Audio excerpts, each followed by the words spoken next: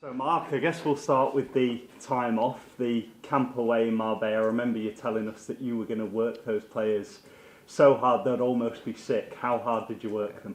Listen, it was not about working them hardly, to make them sick or that. It's about getting the right kilometres in their legs and making sure that everything they do is with a purpose and with intensity. So we ticked all the boxes out there and we absolutely utilised the good weather and maximised the fact that we could train double sessions and with the climate, and it was a fantastic camp. Was really grateful to the club for letting me and my staff go out there with the guys, and there was also a real good social aspect as well, that the lads were together eating and bonding, and I think it's going to stand us in good stead here leading into the next block of games. Different climate, as you mentioned. So, when you do go away on those kind of camps, what is the itinerary? What do you have them doing? Yeah, so for example, back here at the moment, the frost is coming and everything. So it's normal. Sometimes the training could be put back a little bit later and stuff. But we are so lucky and privileged here at the club that we have amazing training facilities, and it's all credit to the chairman and the way he's developed this training centre over the years. However, when you go out to Marbella, you've got a great climate. And the pitches in the centre there is excellent. It's the second time I've been there now. I was out there with Norwich as well when I was a player. So what we did was we were able to train really intensive in the morning, and then in the afternoons we were able to go out and do a lot of tactical work with the guys in possession and out of possession. And we were able to do that in a really relaxed environment where it's very concentrated, and the guys were able to get good rest and recovery and sleep at a fantastic hotel as well. So they were eating really well, eating together as a group, which is important for me because I like to see the players build new relationships. And as I said, I've always talked about this. We've got a lot of young players in the group, and they're starting to really come out their shell as well. I was going to say that away from the training pitch and the tactical side of things, just having that time to bond is massive, isn't it, going forward and back into the season? Yeah, listen, in these situations when we're sitting at the bottom of the table, and we know that we're not going to be there come the end of the season with the players that we've got coming back and the experience we have in the group. But just for the young lads, to go out there, experience like the first training camp under myself and my staff, also to get used to the way I want to work in possession and out of possession. And it was really worthwhile. But these lads are growing as young people and they're developing all the time. And I'm sure at the back end of the season, you're going to see a real big difference in them. For you coming into the club at the time you did, it must almost feel like a pre-season for you as well. Yeah, it was. I mean, we know where we were at when I took over the job. I think it was 1 win from 11 or 12 games. And as I said, I inherited a terrible injury list. I think at one point there was 14 out. The really key players like Pearson and Hogg, they hadn't even trained more than 1 day with me. Pat Jones included, who is a very exciting young player. And we're starting to, and Urine as well in that bracket, and we're starting to slowly get these guys back. And it gives you a real positive feeling going into this back end of the season now. You played Olympiacos while you're out there, a defeat, but I guess when it's a friendly and in those conditions, you look more at the performance and what the guys showed you. What do you take from that game? What I wanted to do was I wanted to play a game of this magnitude against a team of that sort of quality, purely because that's the closest what you'll get going against Sheffield United in that respect, because Sheffield United are a very strong team with an unbelievable budget. It's a Premier League club in stature and with the budget as well that could go to get promoted this year. So it was going to be the closest test for our players leading into that game. What I did do was I utilised the squad and played 2 different teams for the 2 halves, and they acquitted themselves really well. I mean, when you look at the first half, you were sitting back and looking, and then it really hits you as a head coach how far these young players have come. I had Brodie Spencer, who's not long turned 18, who's come through the youth academy. He's a great boy, and he was up against a 5 times Champions League winner, and I have to be honest, he acquitted himself excellent. And then in the second half, Diarra, Kamara and Aina playing against the top outfit and really pushing on and being aggressive and doing everything that we are asking them from. And it was a great signal at the end of the game when the French-speaking guys from Olympiacos were all over our young boys and telling them how well they've done and stuff. So this is what we are about as a club. We are about developing these young players. I know how much it means to these guys because they've come through the academy and they're fighting every day in the training to be involved.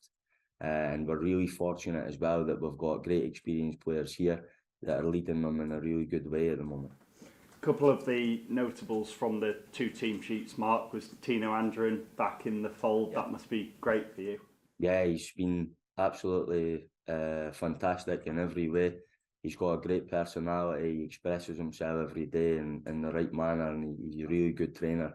He just comes in with enthusiasm, and I think in life, if you've got enthusiasm, it could put you a long way, you know. And he's always got a smile on his face, and you could tell as soon as the ball comes out, he just wants to play football. He's got real football in his blood, and I think in the future, if he continues to work the way he is, I feel he's going to be a very big player in English football. And is he all good and available should you select him for this weekend? Yeah, it's one of the ones as well, you know, and I said this before we come off for the break.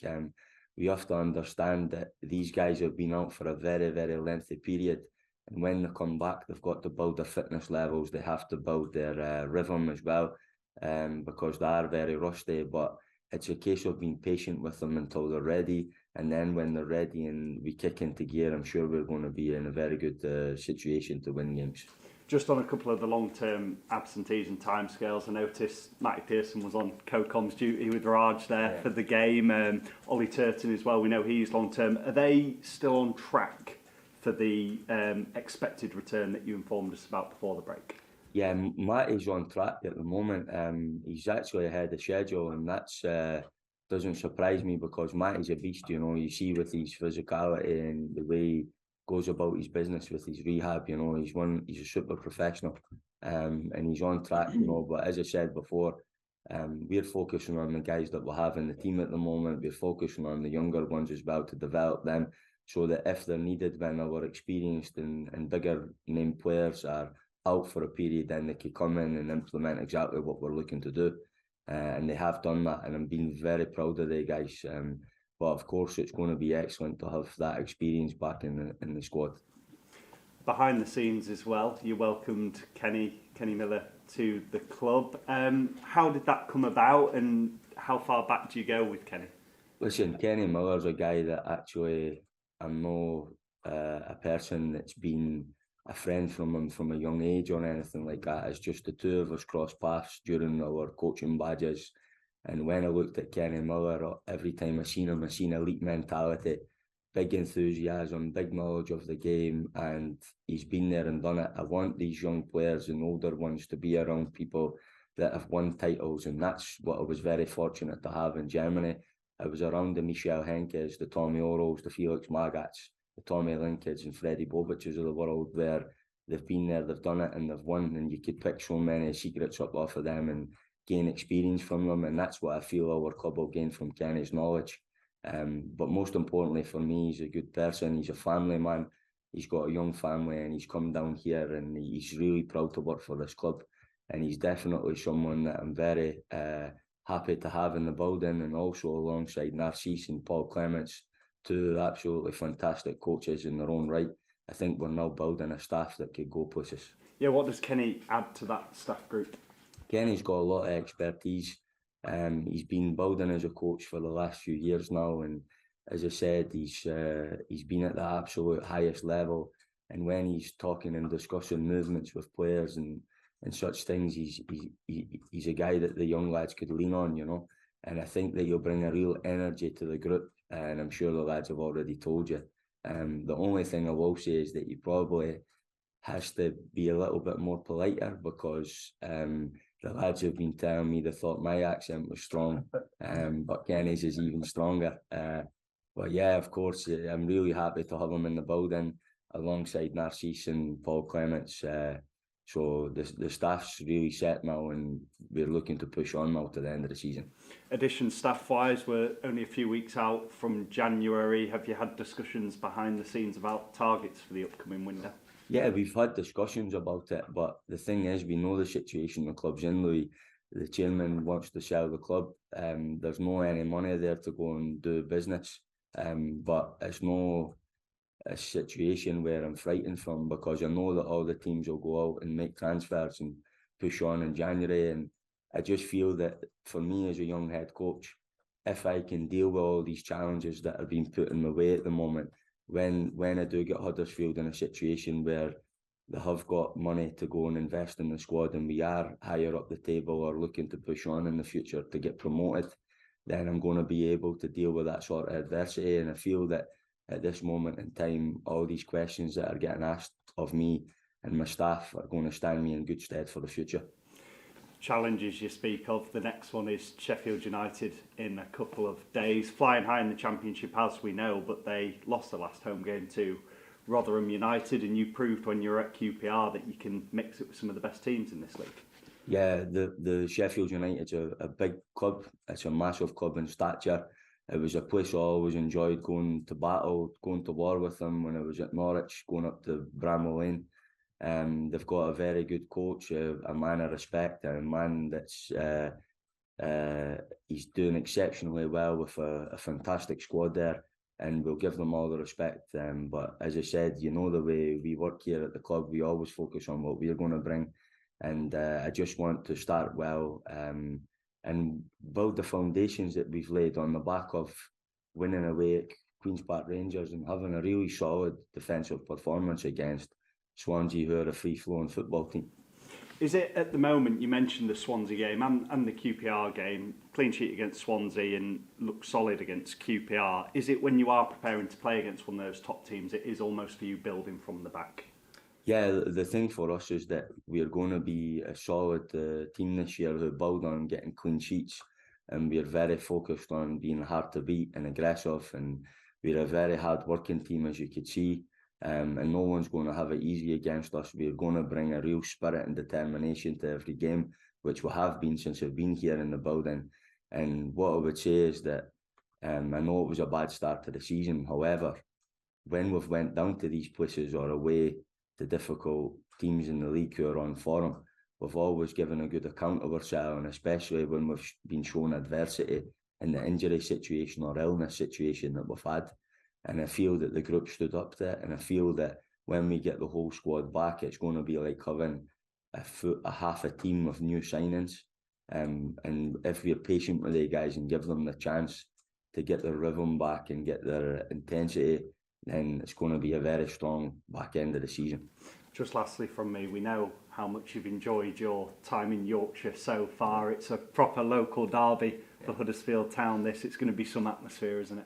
Yeah, it's going to be an amazing atmosphere, and as I said, I'm so proud of our fans. At the moment, they've been so welcoming, and it was a strange feeling the last home game coming in at Swansea. I drove in with my wife and my 3 little boys, and they were so excited for the game to come in with their daddy and stuff. And my wife said to me, "This is bizarre." I said, "What?" She went, "You're sitting bottom of the league and you're getting clapped in the stadium and clapped out the stadium." And the fact is, the fans could see how much this group is trying, how much effort we're putting in.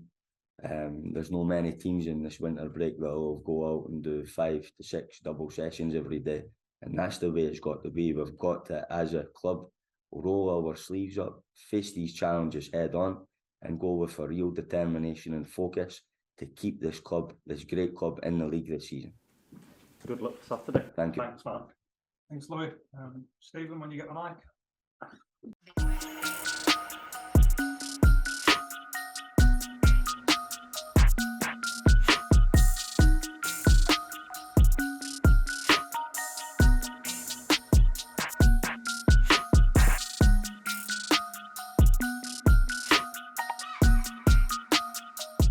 Thank you very much. Mark, on the injuries then, so you've had Tino back, you've had Etienne back. How close are we on Jonathan Hogg? Hogg's actually spent the last 2 days back full training, Steve. So he's given the whole group an unbelievable lift. He's just a great player, and he's a great boy, and he's got a fantastic, infectious personality, and he brings real bite and determination to the group. And at the end of the day, we'll have to realise that Hoggy's our captain, he's our leader, and he's a guy that's so influential in the building. And I'm so so excited to have him back on the pitch. And like I just mentioned there and touched on, we have to be patient with these guys. They've been out for such a lengthy period that they need time to build, work on their fitness levels, work on the intensity that they need, because the group is playing with a real intensity, you know. And Tyrese Simpson as well, is he anywhere near? Yeah, Tyrese has been back in as well. He's had a few days training now, which has been great. He's got a fantastic presence as well and a real physicality, but not only is he a physical player, he's a real good football player as well. And he looks like he knows exactly where the goal is. And he's a young guy that needs developed. And we're really happy to have him back on the grass. Could be a vital option, couldn't he? When you know your strikers, respectfully, have not been at their best maybe the past few games. Yeah, what I would say is that our strikers have been working ever so hard, and they're bringing a lot more than just goals to the team. But the fact is as well that they have to take accountability because they've not been scoring enough goals. And there has been pressure put on them, not only from the outside, but also from us as a staff, because we need them to start firing. We can't keep going in the situations where we're getting 1v1s with keepers or good situation in the box where we'll have good positioning and we're not taking more chances. So I'm really happy now that there's competition there, and we could really work with the players that are in form in the moment. Is Pat Jones at all close to coming back as well? I'm so disappointed for Pat Jones because I was looking forward to building him this mini pre-season out there in Marbella. He's such an exciting player, and I feel he's a player for us when we go in offensive transitions. He's a guy that could really stretch the game, go in 1v1 situation, and also just to build him and give him a chance to even come off the bench, because when you're a defender and you're leggy on 75 minutes on, the worst thing you need in a game is Pat Jones coming at you and dribbling at you at speed. So I'm absolutely devastated, and I have to be honest, I'm devastated that I haven't got him, because he's a guy I hold in such high regard, and I'm really looking forward to working with him in the future. And I feel that when he comes back into the fold, he's going to be a really exciting talent and an exciting player. And I love working with these type of players, and I really want him to know as well that I'll take care of him and help him develop in his career. Is he expected to be out for a while then? Yeah, he's not trained. He's not been a part of the camp whatsoever.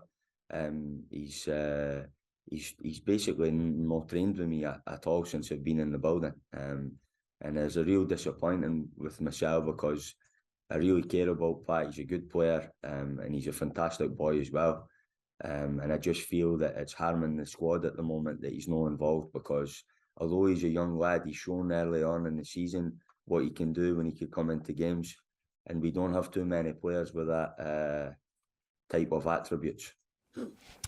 And Ollie Turton, what sort of timescale are we looking at for him? I know he's not going to be immediate, but are we looking at a few more weeks, end of the season? What's the? I think Ollie's got a fair bit to go. He's still walking around with his boot on, and of course he snapped his ligaments with a syndesmosis injury. The sad thing for me is that when Ollie was in the team, he was really flying, with his performance levels. He's so consistent in everything he does, and he does the basics really well. And he's an absolute starter for me. There's no doubt about that. When he's fit and he's ready, he's an absolute starter for me. And we are very fortunate here that we've got two younger ones in Brodie Spencer and Kane Kessler, who have been developing well in the background. And when we've needed to use them, they've come in and done fine. Yeah, okay. Sorba, is he going to be available for this weekend?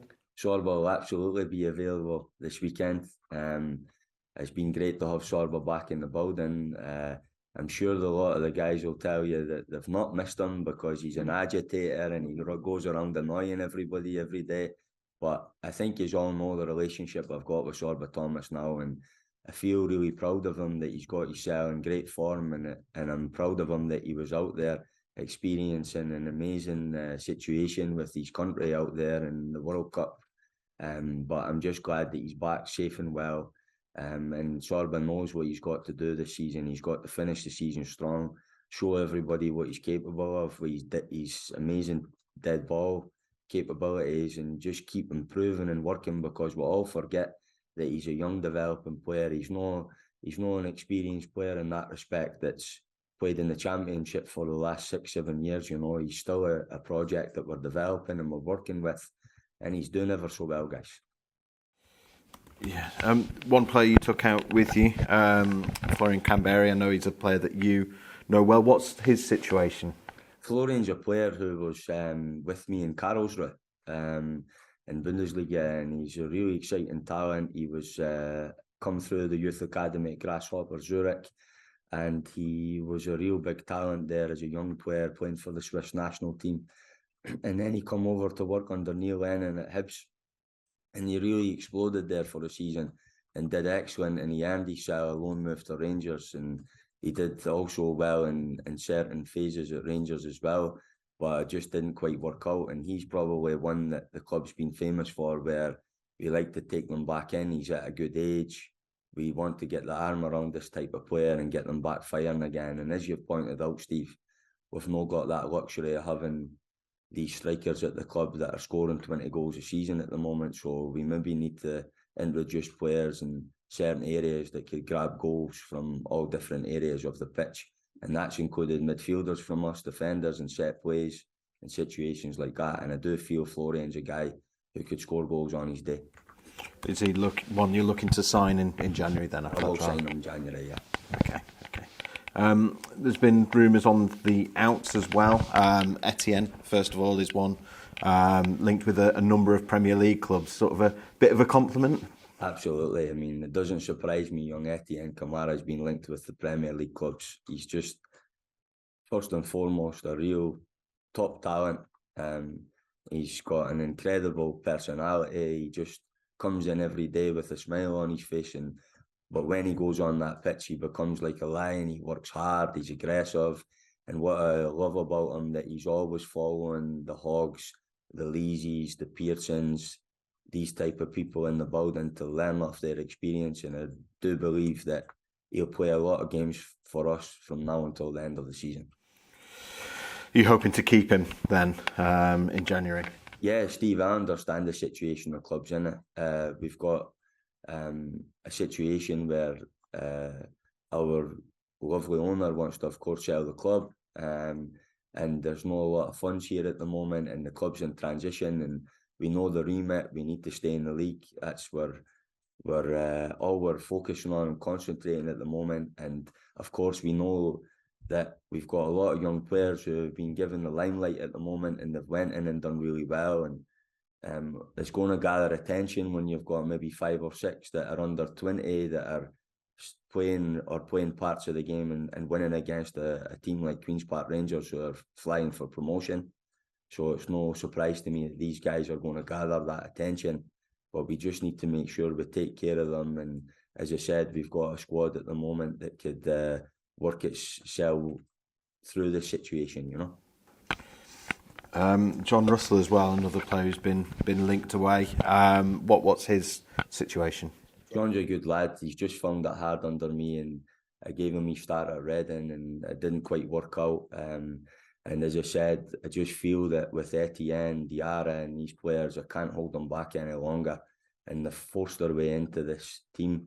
I've got to also analyse what happened at the start of the season when there was only 1 win from 11 or 12 games, and now I'm winning games with these young players, and they're coming on and impacting games, and I just feel that I need to keep pushing them. And I wish John all the best in his career, and I hope that he finds a really good solution for himself in January. Yeah. Jordan Rhodes, another player who's been linked away. Is that something that the club might consider? It doesn't surprise me that Jordan's had interest, you know, because he's coming to that stage of his career where he just knows what it's about in all the leagues. You know, he's got great experience, and these clubs that are maybe trying to get promotion from League One are looking for that extra nous or experience. And it's just been unfortunate with Jordan that he just can't find the back of the net, and he's putting real demands on himself in training. He's working hard, and he's trying everything we're asking for him, but unfortunately he's just not had the impact that we're expecting from him. So as I said, we're looking to do business in January ourselves, but we haven't got big funds that we could go out and sign players, so we just need to gauge the temperature leading into January, Steve, and we'll take it from there. Okay. I mean, do you have, I know Louis sort of touched on this already, but do you have a clear idea of what position you'd ideally like to sign for? Yeah, absolutely. I've got a clear idea in the areas of the field that we've identified we want to look at. But as I said, and I've made clear before, I've not got money that's coming magically out of heaven or the sky that I could go and sign these wonderful players. And we're not here, we're in a reality situation, and we've got to understand that my job is getting paid as a head coach is to use my experience to develop players and to make them ready and to make them assets for the club, and to do it alongside being competitive and winning games so that we stay in the league this season. And that's my remit. And as I said, I'm absolutely loving this challenge with my staff. I believe in this group of players, and I know that as we go in this situation till the end of the season, we're going to win some, we're going to lose some, but we're going to do it and grow as a group, and it's going to be good for the club in the future because these young ones are going to be worth a lot of money. I know you saw you at Harrogate a couple of weeks ago. Checking up on the loanees, is there a possibility any of the players, not just Harrogate but elsewhere on loan, might be of use at bringing them back? Yeah, listen, the staff all got time off and the players had time off as well before we went out to Marbella, and I think you all know the way I am now. I'm not the guy that needs time off in football 24/7. I care about everybody, and just because you're not in the building at the moment doesn't mean to say you're not in my plans. So I drove down from Scotland and I enjoyed a day at Harrogate, which is a really good club. It was a brilliant club with a great atmosphere at the game. Typical League 2 game in England with atmosphere and tradition. And it was good to see our young lads who are out there and getting the experience they need, to play men's football. And when you looked at Mansfield's team as well, they had a lot of experienced players in there. So to go up against that type of personnel is only going to be good for our young lads. And as I said, leading into January, we'll assess which ones we feel could come back and help us moving towards the end of the season. And we'll just take it from there. Cool. That's all from me. Thanks, Mark. Great, thank you. Mark, this is an unprecedented season for everyone with the World Cup as it is, but how much has your experience of working in the Bundesliga and having a winter break there helped you to make the most of this break? Yeah, listen, it's great. The luxury of the Bundesliga is that you have a winter break and you could go out, and what you can do is you could refresh and reset mentally as well, and you can improve on certain things that you didn't do in the Vorrunde, which means the first round. And then you see a lot of the situations out there is that teams start slowly in the Vorrunde and they finish really strong in the Hinrunde, the background. And it's just because sometimes these players need just to be re-energised, refocused, and that's exactly what we've done out there. And as you said, and you all know, I think most young managers that have been put in this situation, like myself, would have probably not been able to sleep every night when you look at the injury list that we've had. But as I said before, I'm not that guy. I'm a guy that faces these challenges absolutely head on.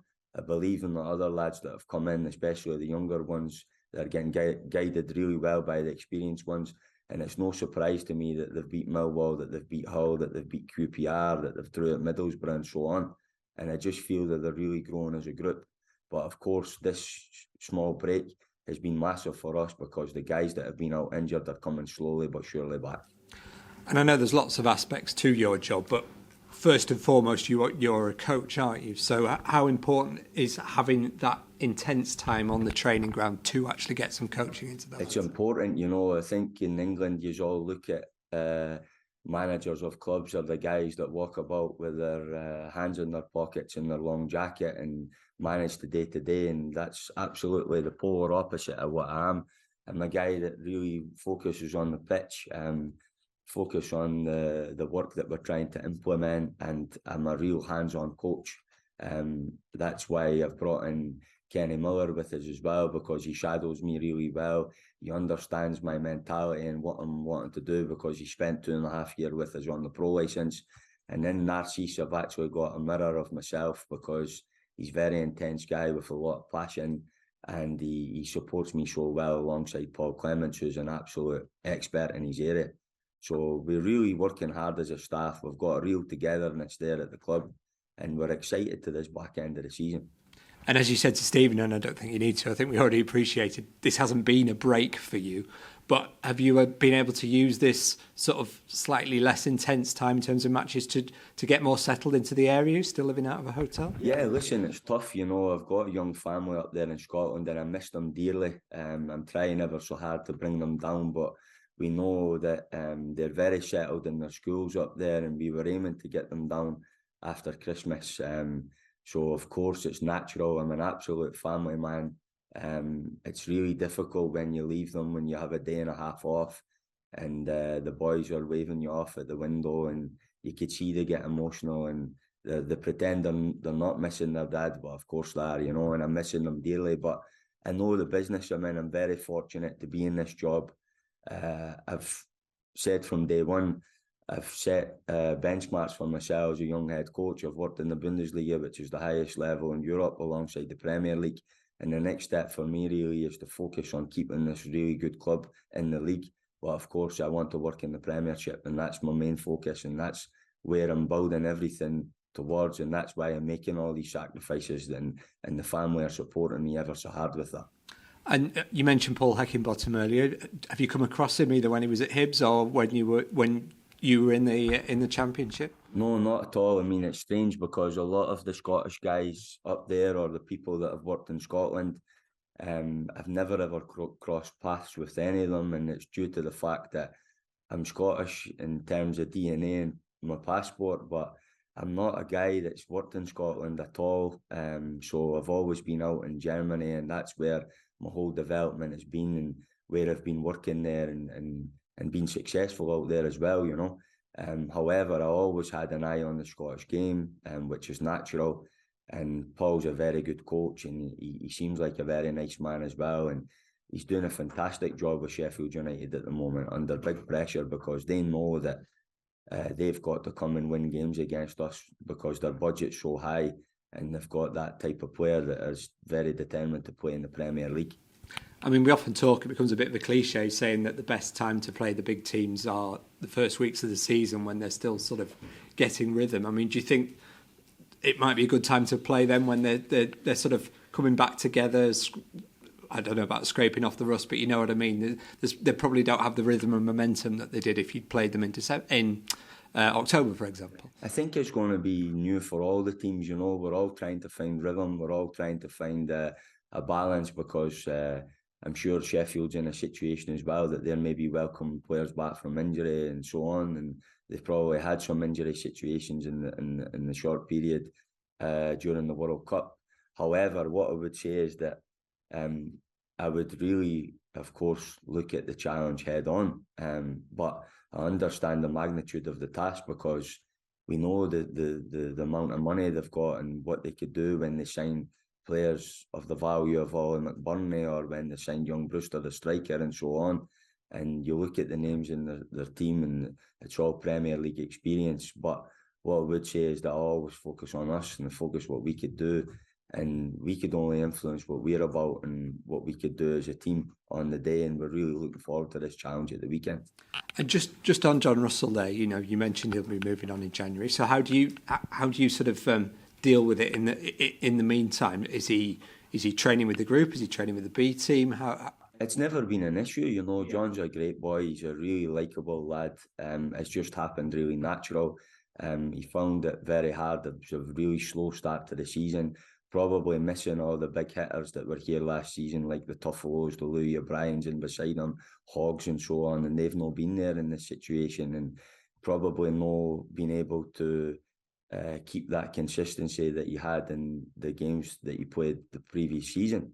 But this happens with young players, you know. You do have your dips, and it doesn't mean to say you can't go anywhere else and improve. But what I would say is that I could only look at what's happening now in the short period that I've been here, and all I could see is Kamara playing like an animal at times, with big presence and confidence, and Diarra as well, who's coming on now. And I mean, Diarra's running past 3 and 4 midfielders at a time, guys that have probably got 200, 300 games in the Championship. You know, I think midfielders in this league have probably never come across a player with that capabilities and quality. And I just feel that I've got to be very balanced in what I do and give everybody an opportunity. You know, I can't just listen to what's happened in the past.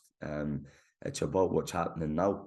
And it's the same for all the players in the team. If they're not performing and they're not showing me the intensity that I need in the training, then it's most likely that they'll find themselves more in the squad on a match day. Sure. But I'd say obviously you've got to give more attention to Kamara and Diarra, who are going to be the future of the club even this season. So how do you sort of approach it with John?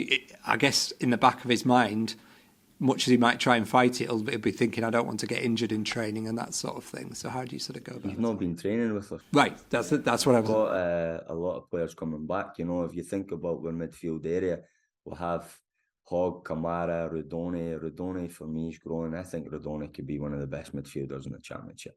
There's no ifs or buts, and we know he's a goal scorer as well. And when he adds that to his game and starts getting his numbers in this league, then I think the sky's the limit for the boy. I have to be honest. I've got Kasumu in there. I've got Diarra. I've got my captain coming back. Conor Mahoney is a guy that's featured in the central areas as well. So it's not even been an issue for me. It's not even been something that's discussed. It's just happened really natural. And as I said, I'm focusing on the lads because they're the lads that have went away to Borough and got a draw, that have went down to Luton, that have got a draw, that have went and won against QPR or won against Millwall. That's the players I'm dealing with. So I'm really impressed with them, and the appetite and determination they're showing is for all to see. And I think that's why our fans have been so positive with us in the past period. I mean, to get clapped off the pitch at the weekend against Swansea when you're sitting bottom of the league is a bizarre feeling. But I'm so thankful and grateful to the fans because they're getting behind this group and we need them. We really need them, and they could see that we're rolling our sleeves up and we're giving everything we've got. And you always said before this break, we'll be in a stronger position for the break. Players back fit, more time on the training ground with them. I know you're a positive guy anyway, but do you feel even more positive now for having done that work and having got that, got these players coming back from injury? I just think it was a really worthwhile period to reset, re-energise and try to slowly integrate these players that have been out for a very long period of time. I mean, we've all got to realise, like, for example, Tino's a young guy, he's developing. He had glandular fever and he hadn't had one training session with me. And he's only really been back a week and a half now, guys. So he's going to need time. Of course, we know in this league that you don't get the time because the fixtures are coming thick and fast. But he's shown a real appetite to training. He's playing with a real enthusiasm. And so is all the lads that have come back from injury at the moment. And I just feel that we'll look like a more rounded squad when they're all back. And just finally, as we're talking about positivity, just one about Sorba as well. I mean, looking from the outside, you could kind of look at it and say, well, Wales had a difficult World Cup. Sorba didn't get on the pitch very much, but I would imagine you'd know immediately if Sorba was, not in a positive mood. Is he just bouncing from the fact that he's actually played at that level and, all the positives of the equation of that? Guys, Sorba Thomas is just a footballer. Sorba Thomas is the type of guy that if you were down in Hyde Park and there was a group of young lads having a kickabout 7v7, I wouldn't be surprised if you seen him in there taking people on and moaning if they weren't playing that final pass so they could get his shot off and throwing in some tackles and hearing his voice and his personality. That's just what Sorba is, and he brings a smile to my face because he's a lovable rogue. And he's a hard-working player and he's got big potential, and we have to support him as a club and really guide him and help him to go to where he wants to be. And when this club's successful, the individuals grow, and we all know that. And we're really lucky to have him, and I'm sure that he's going to have a big future in the game. Excellent. Thank you very much. Thank you very much. Cheers. Thank you, everybody. Cheers.